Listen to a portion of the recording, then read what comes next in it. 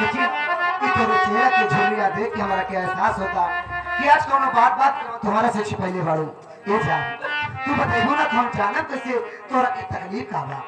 कैसे बताई, बतावे की हिम्मत नहीं खे। ये जान हम तोरा बात पे कबो बुरा मनी तो काहे तू डरता रू? बोल के दिल बतावा ना हमरा से। बतावे के पहले कलेजा पे पाथर रख अरे ले। हम पाथर नारे पगनी हम तोरा बड़े पहाड़ रख ले। आज जब बताइबी तब तो रखा। तो सुनी, बताओ ना। हमार तोहार हमार शादी हो गया और तोरा के छोड़ के हमके अपने ससुराल जाए के पड़ी। समझ में नहीं के अवत की हम का करी जी। ये तो का खालू तार शादी हो गई। ये कहता ही सब झूठ है। जवान तू कहता रो सब झूठ है।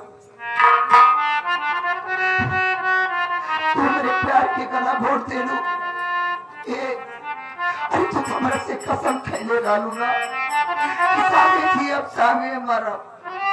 अरे वो कसम का हो गई। हम तो तोरा के अपन भगवान मनने रानी, अपन दुनिया जहान मनने रानी। तेरा खातिर का न कहनी तू अपन शादी कर ले लो। हमरे से बतेलो ना आज मिले लो तो ऐसी बात हमरे से कहा करूं जवान सुनने के बाद हमार जिए के इच्छा ना कहा था। का करी जी, माई बाप की बात तो माने के पड़ी ना। हमने के माँ कर दी। अरे तू तो अपन दुनिया बसा ले लो। हमार दुनिया तो वीरान का दे लो ना। हम तोरा बिना जी ना पाई। बहुत तार याद हम रखे आई। उतार प्यार उतार रूठा तोरा के मनावल। अब हम ठिकरा के मनाई ए जान।